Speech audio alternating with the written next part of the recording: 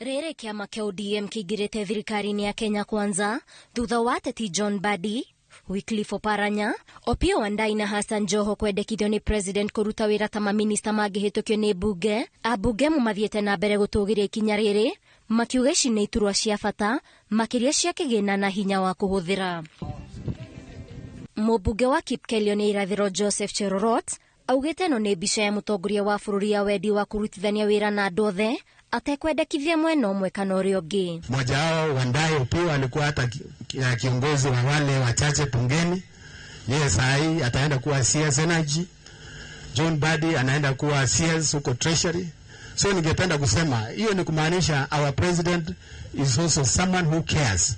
Kwa sababu huwezi kupeana hiyo docket ya finance hata hiyo energy kwa mtu ovyo ovyo.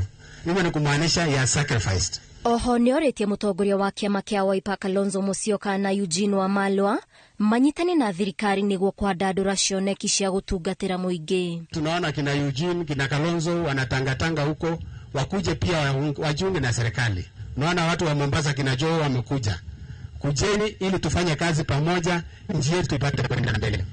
Areti akiheana basari thukuru-ini wa Kibiemiti gicigo kia ubunge gia Kipkelion, oho akoria andu ethĩ a rika ria Gen Z kugena wetereri na kuhe thirikari kahinda ga guthugunda mendekithia mao. Serikali ya Kenya Kwanza tukiongozwa na Mheshimiwa Rais Daktari William Samoei Ruto anawajali. That is why he even sacrifice.